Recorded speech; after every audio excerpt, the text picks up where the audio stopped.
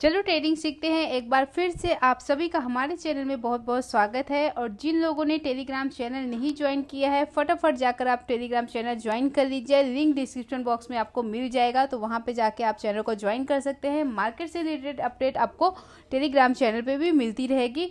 और यहाँ पे हम बात करेंगे स्ट्रैटेजी की। तो स्ट्रैटेजी हमने 2 टोटल डाली है अपने चैनल पे। अगर आपने वीडियो नहीं देखी है तो पहले आप वीडियो को देख लीजिए, नहीं तो आपको चीज़ें समझ में नहीं आने वाली। बहुत ही सिंपल स्ट्रैटेजी है और 2 स्ट्रैटेजी हमने डाली है। एक स्ट्रैटेजी है प्रीवियस डे हाई लो और क्लोजिंग पे, और दूसरी स्ट्रैटेजी है मूविंग एवरेज के ऊपर डिपेंड है, जो कि है 5 मूविंग एवरेज। तो 2 स्ट्रैटेजी डाली है, तो आप वहां पे जाकर वीडियो देख सकते हैं। और यहाँ पे हम मूविंग एवरेज को ही चेक कर रहे हैं डेली मार्केट में कि कैसा ट्रेड मिलता है हमें। अप ट्रेंड मार्केट में कैसे मिलता है, डाउन ट्रेंड मार्केट में कैसे मिलता है, साइडवेज मार्केट में कैसे मिलता है। तो ये हम लास्ट 1 वीक से चेक कर रहे हैं और इसे हम आगे भी अभी चेक करेंगे। पूरा इस स्ट्रैटेजी को हम पूरा 1 मंथ चेक करेंगे और उसके बाद देखेंगे इसकी प्रोबेबिलिटी कितनी है। वैसे तो डाउन ट्रेंड मार्केट में बहुत अच्छा वर्क करती है, बहुत बड़े बड़े टारगेट मिलते हैं। एंट्री हमें 2 या 3 मिलती है, बट टारगेट बहुत बड़े बड़े मिलते हैं हमें। और यहाँ पे हम बात करेंगे 29 सितंबर की डेट का, कि 29 सितंबर को इस स्ट्रैटेजी से हमें कितने ट्रेड मिले हैं। तो उसके लिए आप देखेंगे 28 सितंबर का मैंने ग्रीन कलर से हाई मार्क किया है, येलो कलर से क्लोजिंग मार्क किया है, रेड कलर से लो मार्क किया है। और यहाँ पे हम निफ्टी 50 का चार्ट देख रहे हैं।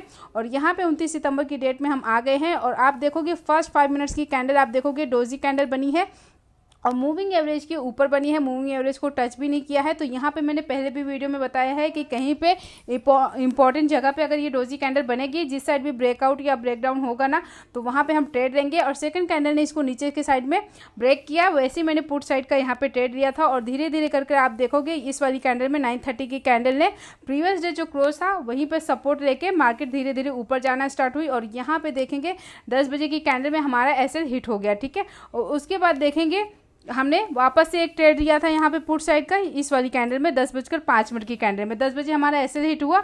और 10:05 की कैंडल में देखेंगे ये बेरिश कैंडल थी, प्लस मूविंग एवरेज की ऊपर बनी हुई थी। और यहाँ पे देखा था सेकंड कैंडल इसको नीचे साइड में ब्रेक किया, तो यहाँ पे हमने फिर से पुट साइड का ट्रेड लिया था, क्योंकि मूविंग एवरेज के ऊपर अगर 5 मिनट्स की कैंडल बनती है और 5 मिनट्स की कैंडल मूविंग एवरेज को टच नहीं करती है, सेकंड कैंडल उसको नीचे के साइड में ब्रेक करती है, तो वहाँ पे हमें बहुत अच्छा टारगेट देखने को मिलता है।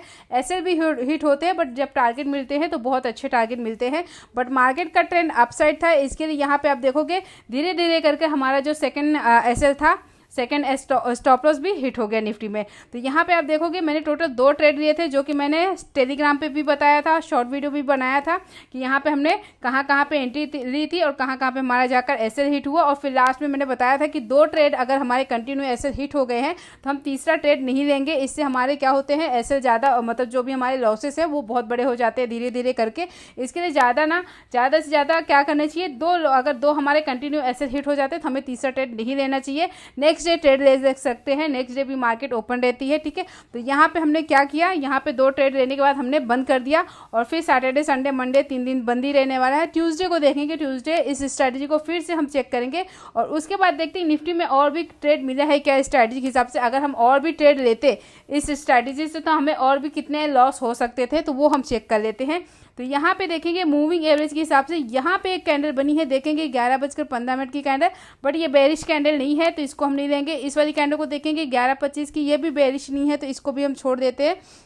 उसके बाद यहाँ पे देखेंगे हम इस वाली कैंडल को, जो कि है 11:50 की कैंडल। इस कैंडल को हम बेरिश मानेंगे, थोड़ी सी बॉडी देखेंगे बड़ी है, विक्स ऊपर साइड में ज़्यादा है तो बेरिश मानेंगे। और यहाँ पे भी एक पुट साइड का ट्रेड बन रहा था, अगर हमने ट्रेड यहाँ पे लिया होता तो यहाँ पे भी हमारा एसएल हिट हुआ होता, ठीक है।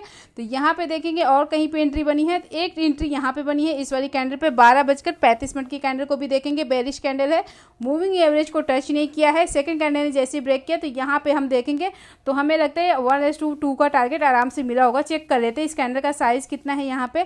तो देखेंगे 19,685 के आसपास का हाई है, 19,674 के आसपास का लो है, यानी यहाँ पे 9 से 10 पॉइंट का एसएल है।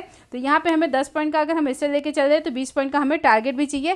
तो यहाँ पे देखेंगे निफ्टी कहाँ तक आया, देखेंगे 19,652 तक। तो यहाँ पे हमें 1:2 का टारगेट मिल गया, ठीक है। तो यहाँ पे एक जगह हमारा टारगेट अचीव हुआ। और उसके बाद देखेंगे और कहीं पे ट्रेड बना है क्या, तो बेरिश कैंडल कहाँ पे बनी, एक यहाँ पे देखेंगे यहाँ पे देखेंगे ये भी डोजी काइंड ऑफ कैंडल है, एक्चुअल में डोजी कैंडल नहीं बट डोजी कैंडल है। और यहाँ पे भी जैसे इस साइड नीचे साइड में ब्रेकआउट मतलब ब्रेक किया सेकंड कैंडल ने, वापस से पुट साइड का कॉल बना और यहाँ पे हमने ट्रेड दिया और यहाँ पे भी देखेंगे ऐसे हिट हो गया, ठीक है। फिर उसके बाद देखते हैं और कहाँ पे ट्रेड बना, तो यहाँ पे भी एक ट्रेड बना, देखेंगे 2:10 की कैंडल में।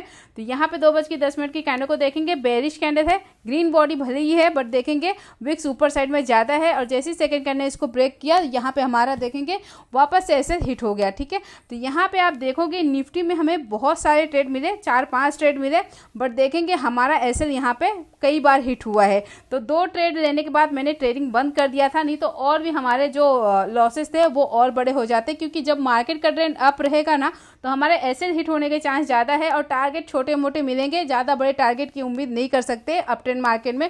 उसके बाद यहाँ पे देखेंगे मार्केट में निफ्टी में काफ़ी बड़ी गिरावट भी आई थी, बट देखेंगे यहाँ पे हमारी स्ट्रैटेजी के हिसाब से कोई भी ट्रेड नहीं बना था, क्योंकि यहाँ पे कोई भी यहाँ पे 5 मिनट की कैंडल देखोगे ना, मूविंग एवरेज को ऐसी कोई भी कैंडल बनी नहीं है जिसने मूविंग एवरेज को टच ना किया हो, ठीक है। और यहाँ पे धीरे धीरे करके देखेंगे निफ्टी में काफ़ी बड़ी गिरावट आई है, ठीक है। तो यहाँ पे देखेंगे निफ्टी में हमें 5-6 ट्रेड मिले, बट देखेंगे मॉर्निंग में थोड़ा सा मार्केट एक जगह पे एक रेंज में था जहाँ पे हमारे 2 ऐसे हिट हुए। उसके बाद मार्केट में देखेंगे धीरे धीरे मार्केट अच्छा खासा ऊपर गई, फिर वापस यहाँ पे देखेंगे एक रेंज बना और फिर वापस मार्केट ऊपर गई और फिर उसके बाद एक मार्केट में गिरावट आई। बट देखेंगे हमारे स्ट्रैटेजी के हिसाब से 5-6 ट्रेड मिले, जिसमें से सिर्फ एक जगह पे हमें 1:2 का टारगेट मिला, बाकी हर जगह ऐसे हिट हुए। तो यहाँ पे अगर हम कंटिन्यू ट्रेड करते रहते तो यहाँ पे हमारे लॉसेस बड़े हो जाते, इसलिए कुछ रूल रेगुलेशन हमें लगा के चलना चाहिए, ठीक है, जब भी हम ट्रेड करते हैं। तो यहाँ पे मैं बता दूँ कि हम सब अभी पेपर ट्रेडिंग कर रहे हैं, एक्चुअल मनी से ट्रेडिंग नहीं कर रहे हैं। तो आई होप ये छोटी सी वीडियो आपको अच्छी लगी होगी। वीडियो अच्छी लगी होगी तो वीडियो को लाइक कर देना, चैनल पे नए हैं तो चैनल को सब्सक्राइब कर देना। मिलते हैं आपसे अगली वीडियो में, तब तक के लिए बाय बाय, टेक केयर।